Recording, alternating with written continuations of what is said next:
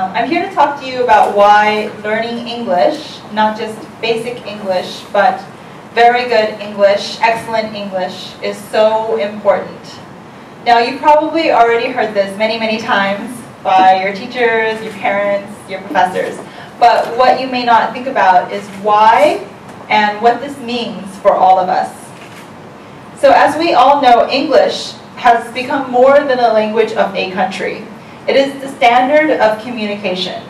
It is as universal as mathematics, and it is as widespread as music notes. Put simply, it is the language of our world. Right now in China, there are 300 million people all learning English. That's more than in the United States. Why are they all learning English? Because they all want a future. Not just a better future, but just a future. Because they know that the reality is, for most students in China, the future of China is in English, not in Chinese. Think about that for a second. Wow. 50 years ago, the Chinese would have laughed. We would have laughed. Everyone was still studying Russian 50 years ago. So what happened? Does anyone know? English has succeeded to dominate the world where Russian and French and Spanish have failed because it is more than just a tool for communication. It always has been. English, all around the world and in so many countries today, means hope. Right? It's the only language in the world that means hope. It immediately means opportunity. It means prosperity, so a better life, wealth, and creativity. In that sense, English has evolved, it has changed from being just a language, just a tool, to a state of mind. There is something very, very seductive and contagious about English. A good friend of mine recently called it a virus. She was complaining because our two kids, she has a 2-year-old and I have a 3-year-old, they both speak very good Chinese and they both speak very good English. But as they grow older, it seems that they want to speak only English. They want to speak English exclusively. So we were thinking, why is that? Is it because it is an easier language to pick up? Or do the little kids like it because it is more respected? Well, I think if my son were here, he would tell you that it's because it's simply more fun. And it is. English is a very fun language. There are so many ways in English, for example, to express that you are frustrated. You can say, oh no! You can say, darn it, or gosh darn it. If you're British, you can say, bollocks. But in Chinese, there's only, aya. Indeed, ever since I first immigrated to America when I was 6 years old, I have been in love with English. At first, like any other relationship, it was a rocky relationship. It started off very exciting, like teenage love. I was fascinated with it. I was addicted to it. I love the sound of English, the way the words roll off your tongue. Every word was refreshing, but then there were the fights. English was hard. I struggled. I hated memorizing words. There were just too many words. Sometimes I felt like I just couldn't understand. I couldn't understand all of it. And I wanted to give up. Have any of you guys ever felt that way? Yeah? Needless to say, we broke up several times, then we got back together. Why was learning English so frustrating for me? Well, first of all, the grammar confused me. I was very confused. The he and the she. In Chinese, there was no he or she, it was just ta. And then there was the and the a and the an. No, N-O, means no. But no, K-N-O-W, like I know, means yes. So I was so confused. I was completely confused. But then, gradually, over time, it began to make a little bit more sense. My love affair became a more mature kind of love, one built on mutual respect and understanding. For me, English is my language because I can do so much with it.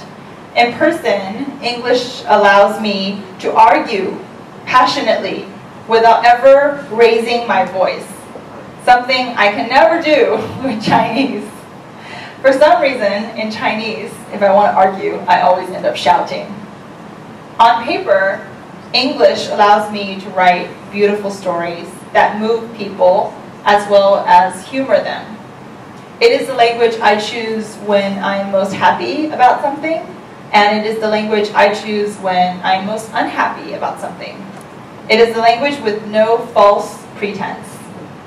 I am never afraid to use English. This is because it is a very forgiving language. If you get something wrong in English, it's okay. People always understand. Just try again. You must always remember that about English, and I hope that you take that away from this talk. Too many people in Hong Kong and in China are reluctant to use English. They're scared to use English because they're so afraid to make a mistake. But the biggest mistake that you can make when it comes to English is to not use it. Okay? I'll tell you a story. When I was a little kid, I went to school, elementary school, with this kid named Bob. He was a little bit older than me. Bob was 12 years old. And Bob was new to my school. He had just come from mainland China. First of all, Bob was a really big guy. Okay? He was huge. He was very tall. He was very big. And the thing about Bob was Bob's English was terrible. It was really bad. He had a very thick mainland Chinese accent. And most of the time, everything that he said did not make any sense. We just couldn't understand. But every day, the thing about Bob was every day he would speak English at the top of his lungs. Okay, every day. Bob did not speak English. Bob shouted English. Every morning, he would say, "Good morning, I am Bob!" And we were all amazed. We could not decide if Bob was very brave or just plain ridiculous. But it worked. Bob's English improved so much. And from a very early age, I knew that English was power. Knowing English meant that I could learn things that my non-English speaking parents could know. And that was really important to me. It meant that I could read Shakespeare and Hemingway and the New York Times all in one go. Later in my life, I realized that it meant that I could read Facebook, and that I could read Twitter, and I could read Wikipedia. Now that's power. English is power in the same way that creativity, critical reasoning skills, and public speaking is power. And when you have all of this, you have the skills to do anything you want. But the sad thing is that many people in Hong Kong do not know how to attain these skills. When I finished law school in the US, I decided that I wanted to give up law. I didn't want to be a lawyer. And I wanted to come to Asia and create a new way for children to learn English, and particularly English writing. I wanted to combine writing with critical reasoning, creativity, and public speaking. All the things that I love the most about American education, about growing up in the US. I wanted children here to begin their own love affair with English too, but not the rocky teenage kind that I had. The decision to give up law to pursue education was actually an easy one for me personally. After all, teaching is fun. Being with kids, even being here with you guys, is fun. And law, by comparison, is dry and very, very boring. I know this because my husband is a lawyer. By second year of law school, I knew that I wanted to use my love for English writing to inspire kids in Asia to think more creatively. I wanted to help transform Asian education from a very boring one to a very fun one.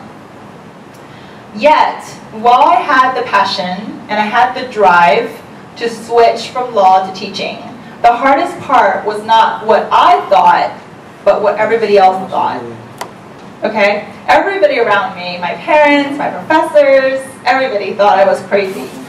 My professors and friends simply could not understand why I wanted to give up the safety and prestige and money of being a lawyer. And teaching little kids to them was just not something you do after finishing Harvard Law School. But learning to ignore all these little comments was one of the hardest things I've ever had to do. The truth is, starting anything is not easy, especially in Hong Kong. Starting a business is a lot like raising a kid.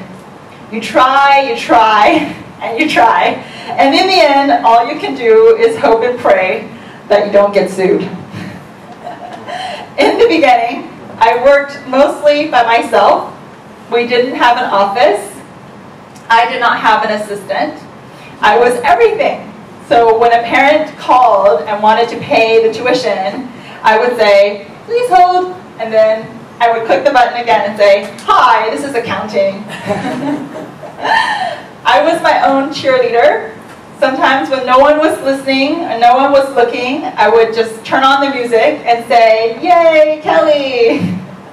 Because that's what it takes. That's how my company, the Kelly Project, got started. And now, I'm proud to say that 5 years later, many, many students later, and countless millions of stories and essays later, I'm happy to say